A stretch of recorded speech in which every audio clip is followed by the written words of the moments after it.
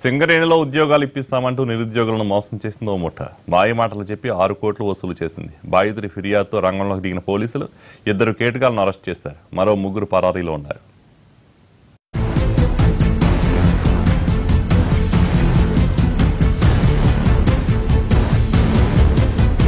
భద్రాచలంలో నిరుద్యోగులకు ఉద్యోగాలు ఇప్పిస్తామని నమ్మించి అందిన కాడికి దోచుకుంది ఓ ముఠ.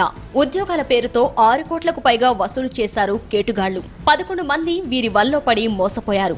ఎన్నిసార్లు అడిగినా ఇదిగో వస్తుంది అదిగో వస్తుందని మాయమాటలు చెప్పడంతో నెల్ల తరబడి వేచి చూశారు.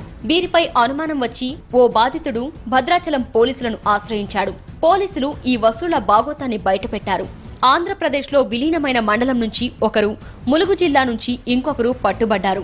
వీరి వద్ద నుంచి 2 వాహనాలను స్వాధీనం చేసుకున్నారు పోలీసులు. మిగిలిన 3 పరారీలో ఉన్నారు.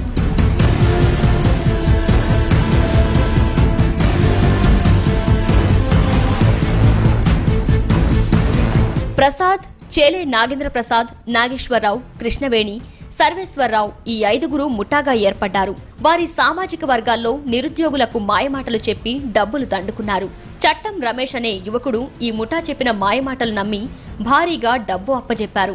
సింగరేణి కాలరీస్లో ఉద్యోగం వస్తుందేమోనని నెల్ల తరబడి వేచి చూశాడు.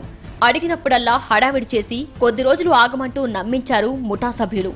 వీరి తీరుపై అనుమానం వచ్చిన బాధితుడు పోలీసులకు ఫిర్యాదు చేశాడు.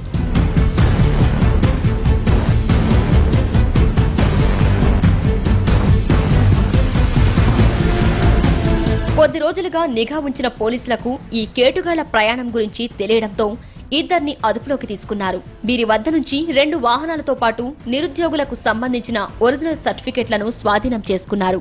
మరో 3 పరారీలో ఉన్నారు. మొత్తం 5గురిపై కేసు నమోదు చేసిన పోలీసులు దర్యాప్తు జరుపుతున్నారు.